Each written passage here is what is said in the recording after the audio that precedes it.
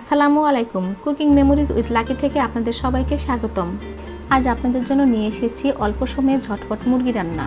মুরগির মাংস অনেক কমন একটি রান্না। ব্যস্ত জীবন, কর্মজীবী মানুষ এখন ঘরে ঘরে। দীর্ঘ সময় নিয়ে রান্না করার মতো খুব একটা সময় নেই, তাই সবাই চায় ঝটপট অল্প সময়ে সুস্বাদু খাবার। এই রান্নাতে আমি খুব অল্প পরিমাণ তেল ব্যবহার করেছি।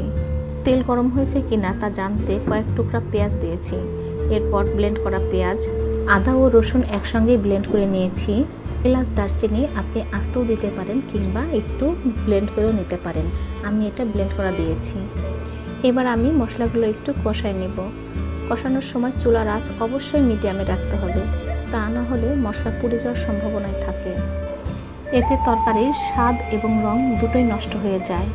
পরিমাণ মতো লবণ, ধনে গুঁড়া 1 চামচ।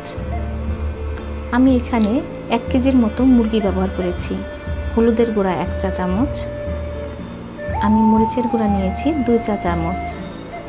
একটু ঝাল ঝাল হবে, মুরগির মাংসের ঝোলটা একটু ঝাল ঝাল ভালো লাগে। তবে যদি কেউ আপনারা ঝাল খেতে পছন্দ না করেন, সেক্ষেত্রে মরিচের পরিমাণটা কম দিবেন। আমি মশলাটা পুরোটাই কষিয়ে নেব, ভালো মতো কষাবো। যখন একটু তেল উঠবে সেই মুহূর্তে আমি সামান্য পরিমাণ পানি দিয়ে নিয়েছি।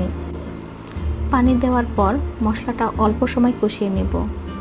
ওই সময় পর্যন্ত যখন তেল উঠবে এবং ভেজা ভাব থাকবে, এই পর্যায়ে আমি মাংস দিয়ে দিব। আমি এখানে সোনালী মুরগি ব্যবহার করেছি 1 কেজির মতো।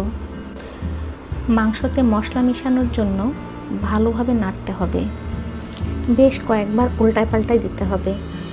আর খেয়াল রাখতে হবে যেন মাংস এবং মশলা পাতিলের নিচে না লেগে যায়। লেগে গেলে অবশ্যই স্বাদ নষ্ট হয়ে যাবে। ঢাকনা দিয়ে ঢেকে দিতে হবে এবং এই কাজটা কয়েকবার করতে হবে। আর একটু পরপর ঢাকনা খুলে মাংসটা ভালোভাবে উল্টায় পাল্টায় দিতে হবে।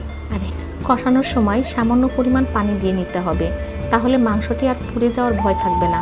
এই পর্যায়ে মাংসটা ভালো মতো যখন কষানো হয়ে যাবে, সেক্ষেত্রে মাংসটা দেখবেন যে একটু ছিঁড়ে ছিঁড়ে ভাব আসছে, তাহলে বুঝতে হবে যে মাংসটা সিদ্ধ হয়ে গেছে। পানি শুকিয়ে তেল বের হলে প্রয়োজন মতো ঝোলের জন্য পানি দিয়ে ঢেকে 5 মিনিট মিডিয়াম আঁচে রান্না করলেই হয়ে গেল মজাদার মুরগির ঝোল। আশা করি উপকৃত হবেন। ভিডিওটি দেখার জন্য সবাইকে ধন্যবাদ।